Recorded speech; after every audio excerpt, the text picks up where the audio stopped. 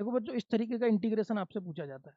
अब इसके दो तरीके होते हैं करने के। एक तो आपको डायरेक्ट मेथड आना चाहिए, डायरेक्ट कंसेप्ट आना चाहिए, क्योंकि जब आप कॉम्पिटिटिव एग्जाम में बैठते हो या आईआईटी जेईई मेंस में आप बैठते हो तो उसमें इनको डायरेक्ट कंसेप्चुअल बेस पे आप आंसर निकालते हो, ठीक है। तो अब देखिए इसका क्या है, एक लॉन्ग मेथड इसका क्या होगा कि आपको समझना पड़ेगा ई की पावर एक्स है, फिर इसका इधर मल्टीप्लाई करेंगे, ई की पावर इधर इसका मल्टीप्लाई करेंगे, फिर सारे फंक्शन का वन बाई वन आपको क्या करना पड़ेगा, इंटीग्रेशन करना पड़ेगा, लेट भी करना पड़ेगा। तो यहाँ पे क्या करना है, अगर इस तरीके का क्वेश्चन आपको नजर आ जाए तो ध्यान से देखिए, ये वाला जो एक्स लॉग एक्स है इसका डिफरेंशिएशन ये इधर दिया गया है।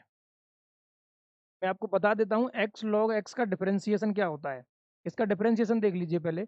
एक्स को फिक्स किया, लॉग एक्स का डिफरेंशिएशन क्या होता है, 1/x प्लस लॉग एक्स को फिक्स किया, इस बार एक्स का मल्टीप्लाई डिफरेंशिएशन होता है 1। तो ये एक्स एक्स कैंसिल होती है, 1 + log x ये आ गया, और यही 1 + log x आपका यहाँ दिया गया।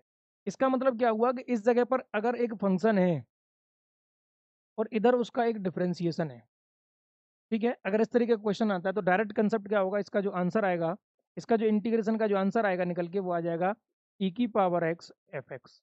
अब यहाँ पर एफ एक्स क्या है आपका, एक्स लॉग एक्स है, तो अब इसका जो आंसर होगा ई की पावर एक्स, ई की power x, x log x, ये आपका इसका आंसर है। Question is over. क्लियर, आ गया समझ में?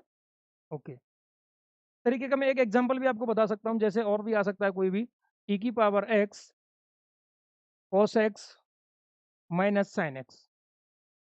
इसको आप करके बताइए, इसका अगर आप निकालेंगे तो क्या आएगा, देखो ई की पावर एक्स यानी cos एक्स का डिफरेंशिएशन क्या होता है, माइनस साइन एक्स, तो आंसर क्या आने वाला है, डायरेक्ट इसका इंटीग्रेशन क्या आएगा, ई की पावर एक्स cos एक्स। ये आपका आंसर है। अगर ये इंडेफिनेट है तो प्लस सी आएगा, ये भी ध्यान रखना, प्लस सी आएगा। ओके।